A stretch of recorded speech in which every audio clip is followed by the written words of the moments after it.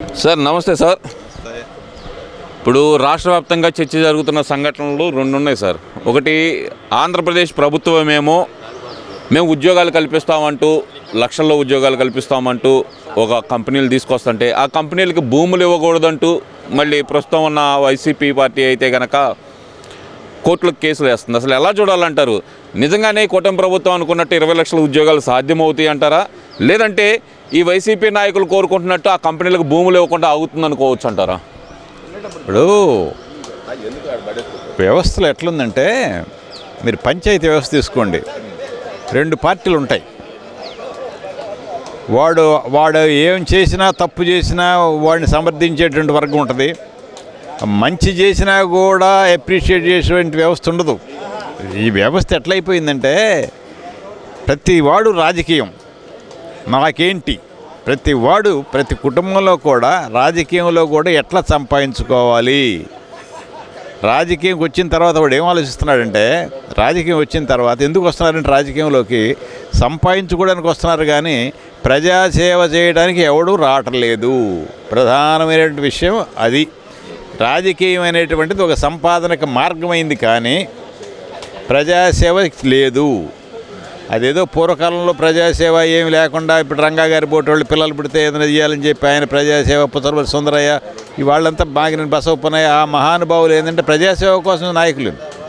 ఒక్క నాయకుడిని చెప్పు నాకు, స్వార్థం లేని నాయకుడిని, ఒక్క నాయకుడు స్వార్థం లేకుండా. ఇప్పుడు ఎమ్మెల్యేలు ఉన్నారు, కొత్తగా వచ్చిన ఎమ్మెల్యేలు ఉన్నారు, తెలుగుదేశం ఎమ్మెల్యేలు ఉన్నారు.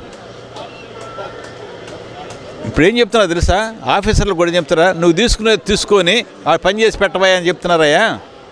అసలు ఏ డిపార్ట్మెంట్లో కరప్షన్ లేదు చెప్పు. చంద్రబాబు చెప్తున్నాడు, నువ్వు ఈ టెల్ మీ ఒక్క డిపార్ట్మెంటు, పలానా డిపార్ట్మెంట్లో డబ్బులు లేకుండా పనిచేస్తానని ఒక్క డిపార్ట్మెంట్ చెప్పు నాకు.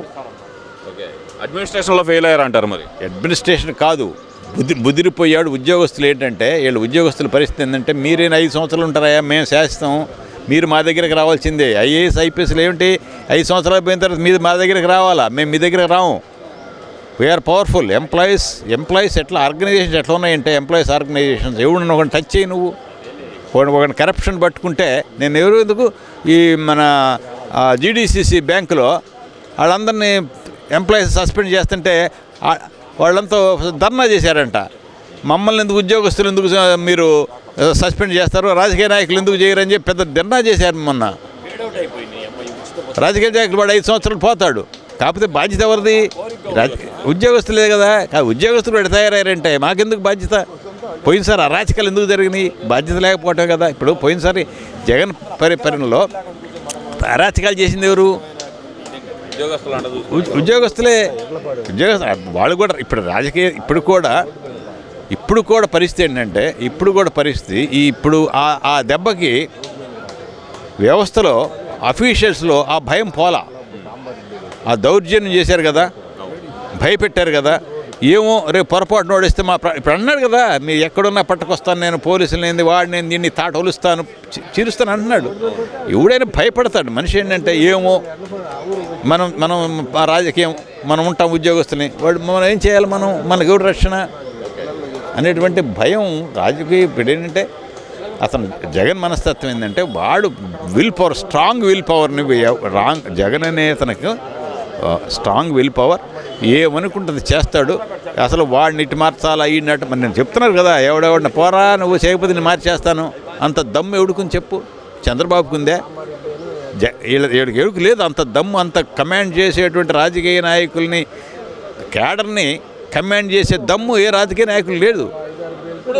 అది ఓకే సార్. అసలు ముఖ్యంగా ఈ ఉద్యోగాలు లేదంటే వచ్చే కంపెనీలకు భూములు ఇవ్వడానికి అడ్డుకోవటాలు అసలు ఎలా చూడాలంటారు? అది సహజం. ఇప్పుడు ఎక్కడంటే నీకు సహజం అదే. ఇప్పుడు ఇంతకుముందు ఏంటంటే సహకరించేవాళ్ళు. ఇప్పుడు తమిళనాడు ఉంది, 2 పార్టీలు వాడు డెవలప్మెంట్కి సహకరిస్తారు. మనకి మొదటి నుంచి మన దరిద్రం అంతే. మొట్టమొదటి నుంచి మన రాష్ట్రంలో ఏది చేస్తే అపోజిషన్ వాడు ఏం చెప్పినా కూడా ఇది తప్పు, వాడు అట్లా డబ్బుల కోసం చేసుకుంటున్నాడు. ఎవరిని చూడు, తెలంగాణలో చూడు ఎంత దరిద్రంగా వచ్చిందో. తెలంగాణలో వాడు కేసీఆర్ వాళ్ళ కుటుంబం అంతా వాడంతా దోచుకున్నారు, కుటుంబం దోచుకుంది. ఆ ఆస్తుల కాడ మరి కూతురు తగాద ఆడుకుంటున్నారు. అయినా మేము వాళ్ళకి సపోర్ట్ చేస్తున్నారు జనం. ఇప్పుడు వాడు కాళేశ్వరం ప్రాజెక్టులో దోచుకున్నాడు, వాళ్ళకి ఏమి లేని వాళ్ళు కోట్లు కూడా సంపాదించుకున్నారు. జనానికి తెలుసు కదా, మరి అయినా వాడికి ఎందుకు సపోర్ట్ చేస్తున్నారు చెప్పు నాకు. అందుకని వ్యవస్థలో మంచి చెడు అనేదానికి వివక్షం లేదు. జనం వాడు నాకేం ఇప్పుడు ఎట్లున్నాడంటే వాడు వస్తే నాకేం సహాయం చేస్తాడు అంతే తప్ప, రాజకీయం కూడా ఏంటంటే వీడొస్తే నాకేంటి ఉపయోగం, అంతేకాని దేశానికి ఉపయోగం అనేటువంటి ఆలోచించేవాడు లేడు. అది ప్రజెంట్ చూస్తే కనుక మరి రప్పా రప్పా అంటూ ఒక ట్రెండ్ అయితే నడుపుతున్నారు, మరి వాళ్ళు అసలు దాన్ని ఎలా చూడాలి? ఎందుకంటే వాళ్ళ ధ్యేయం అది. జనం భయపడతాడు. ఎవడైనా కూడా ఒక రౌడీ కత్తి తీసుకొస్తే భయపడతారు, జనం భయపడతారు. వాళ్ళ ఉద్దేశం ఏంటంటే మామూలుగా అయితే రాలేం. ఈ డెమోక్రసీ మంచి చేసి ఎవడు భయపెడితే తంతానంటే ఒక రౌడీ ఉన్నాడు ఆ ఊళ్ళో, వాడు కత్తి తిప్పితే ఎవడు బయటికి రాడు, అంత ఇళ్ళలోకి వెళ్ళి తలుపులు వేసిపోతారు. ఏదో సినిమాలో కూడా చూశారు, వాడు వస్తుంటే తలుపులు వేసుకుని పోతారు. ఎవడో ముసలోడు వచ్చి బయటకు వచ్చి రండి అంతే కదా. ఒక రౌడీ వాడు కత్తి తీసుకొని ఒకడిని పొడిచాడు అనుకో, తతిమూళ్ళందరూ భయపడతారు మనల్ని పొడుస్తామని. వ్యవస్థ భయాన్ని పుట్టించి మామూలుగా అయితే ప్రజాస్వామ్యతంగా ఆ పార్టీ రాదు. ఎందుకంటే వాళ్ళు అరాచకాలు చేశారు, అందరికీ తెలుసు, ప్రతి చోట తెలుసు. భయకంపితులైపోయి వీళ్ళంతా మర్డర్లు చేసి దోపిడీ చేసి వాళ్ళ అవతలని భయకంపితులు చేసి అసలు ఎలక్షన్లో నామినేషన్ వేయగలిగారా మీకు? పోయినసారి పంచాయతీల్లో కానీ మున్సిపాలిటీల్లో కానీ నామినేషన్ వేయగలిగారా? ఎందుకు వేయలేదు? ఈ తెలుగుదేశం క్యాడరు, ఈ జగన్ ఈ పవన్ క్యాడర్ ఏమైంది చెప్పు, ఏమైంది? ఎందుకు వేయలేకపోయారు నామినేషన్లు? భయపడే అంటారు. రేపు కూడా అదే ఫిలాసఫీలో అదే తత్వంలో వాళ్ళు పవర్లోకి రావాలనుకుంటున్నారు. అంతేగాని ఈయన ఏంటంటే చంద్రబాబు గారు మనం మంచి చేసి అది డెవలప్మెంట్ చేసి ఈ డెవలప్మెంట్ ఎవడూ చూడలేదు. నాకేంటి డెవలప్మెంట్ గురించి అవసరం లేదు, ఎవడికి అవసరంలా, నాకేంటి నీ డెవలప్మెంట్ ఎవడికి కావాలయా? వ్యవస్థలో కూడా ఇప్పుడు చూడు పాలిటిక్స్ చూస్తున్నారు, క్యాడర్ కూడా ఎట్లా తయారైంది.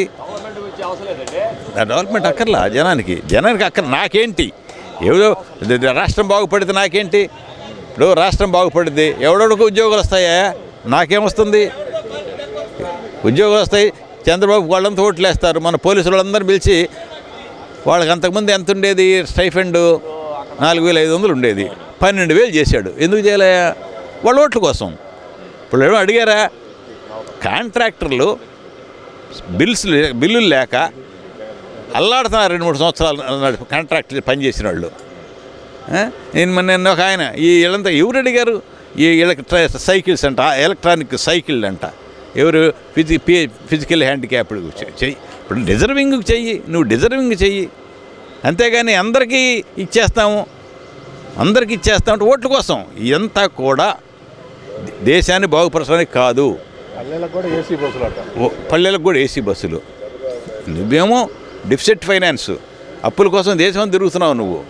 నేను వెంకయ్యనాయుడు గారు కూడా చెప్పాడు, అపీజ్మెంట్ అంటే బుజ్జగించే రాజకీయాలు పనిచేయవు వ్యవస్థలో. తంతానంటేనే మాటింటాడు ఎవడైనా. అయ్యా బాబు అంటే వినేవాళ్ళు లేడు వ్యవస్థలో. చూడు నువ్వు, ఇప్పుడు పోలీస్ వ్యవస్థ ఉంది, ఇప్పుడు ఎంట పడుతున్నారు, తీసుకొస్తున్నారు. ఇప్పుడు మొదలైంది.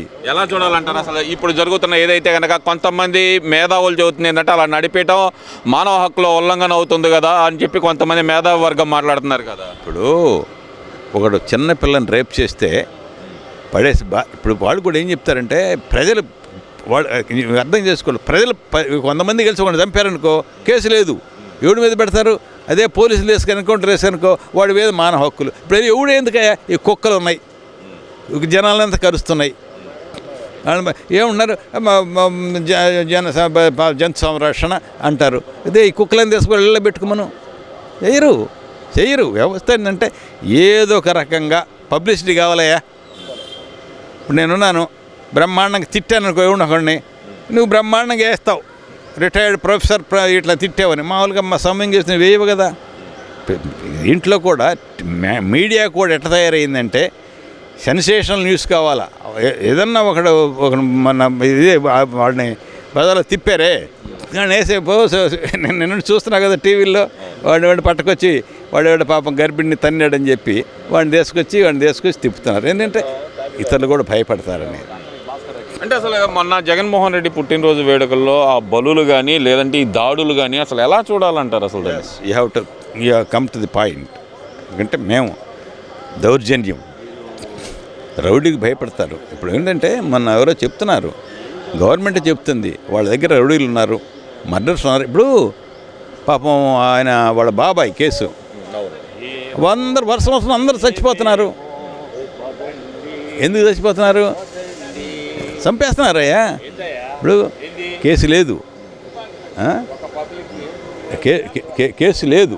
అందుకని ఏంటంటే ఇప్పుడు నీకు చిన్న ఉదాహరణ, ఇప్పుడు అతను ఎంపీని చేయడానికి పోలీసులు పోయారు, సెంట్రల్ గవర్నమెంట్ పోయింది కర్నూలులో. చేయగలిగారా? ఎందుకు చేయలేకపోయారు? పవరు లేదు. అవినాష్ గారిని అరెస్ట్ ఎందుకు చేయలేకపోయారు? Government support. ఇంకోటి గవర్నమెంట్ ఎవరంటే ఈ ఎంప్లాయీస్ వాళ్ళు మనుషులే కదా, వాళ్ళ కుటుంబం, వాళ్ళ సమస్యలు వాళ్ళకు ఉంటాయి. ఇప్పుడు కొంచెం ధైర్యం ఏదో వచ్చినట్టుంది వాళ్ళకి. పోలీసు వ్యవస్థ పోలీసు వాళ్ళకి చెప్పుంటారు. ఓవరాల్గా చూసుకుంటే కనుక ఈ గత కొంతకాలంగా జరుగుతున్న వరుస సంఘటనలు, ఈ పోలీసులు తీసుకుంటున్న యాక్షన్ కానీ, లేదంటే కనుక ప్రభుత్వం మీద ఈ వైసీపీ నాయకులు చేస్తున్న ఆరోపణలు కానీ అసలు ఎలా చూడాలంటారు? వైసీపీ నాయకులు ఏముంది, వాళ్ళు చేసింది టిట్ ఫర్ టాట్. నువ్వు చేసావు, మేము చేస్తాం.